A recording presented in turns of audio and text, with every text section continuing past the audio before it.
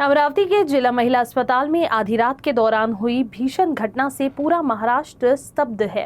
घटना की जानकारी मिलते ही स्वास्थ्य मंत्री प्रकाश आंबेडकर अस्पताल पहुंचे और घटनास्थल का निरीक्षण किया। निरीक्षण के बाद मीडिया से बातचीत करते हुए स्वास्थ्य मंत्री ने बताया कि उन्होंने इस पूरी घटना की गहन जांच के आदेश दिए हैं।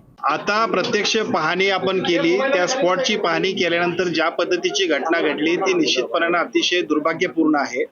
या सगळ्या प्रक्रियेमध्ये ज्या पद्धतीच्या एकूणच अनियमितता झाल्या असतील त्या सगळ्या अनियमितता सुद्धा गंभीर आहेत। खरं तर अशा पद्धतीची घटनाच घडायला नको, कारण 2 वर्षापूर्वी आम्ही हॉस्पिटल बांधलं आणि मग त्याच्यानंतर अशा गोष्टी होणं हे आमच्या दृष्टिकोनातून सुद्धा ते चुकीचंच आहे। फक्त प्रश्न असा आहे की नेमकं तो जो झालेली घटना आहे 3-3:30 वाजता रात्री झाली, त्या 3:30 वाजता झालेल्या घटनेचं नेमकं कारण काय आहे हे सुद्धा आपण घेतलं पाहिजे।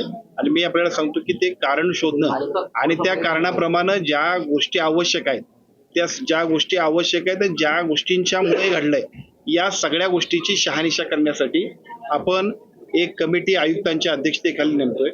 या आयुक्तांच्या खालच्या अध्यक्षतेखालील कमिटीमध्ये एका बाजूला MSCB चे आपले इलेक्ट्रिकलचे चीफ इंजिनियर असतील, दुसऱ्या बाजूला एम्स सारख्या संस्थेतले सुद्धा नामवंत असतील, DMER चे सुद्धा एक्सपर्ट असतील की ज्या कमिटीनं पुढच्या 8 दिवसांमध्ये या सगळ्या वस्तुस्थितीचा अहवाल आणि त्याच्याबद्दल प्रत्यक्षात कोण दोषी आहे याच्याबद्दलची स्पष्टता त्या अहवालामध्ये येईल।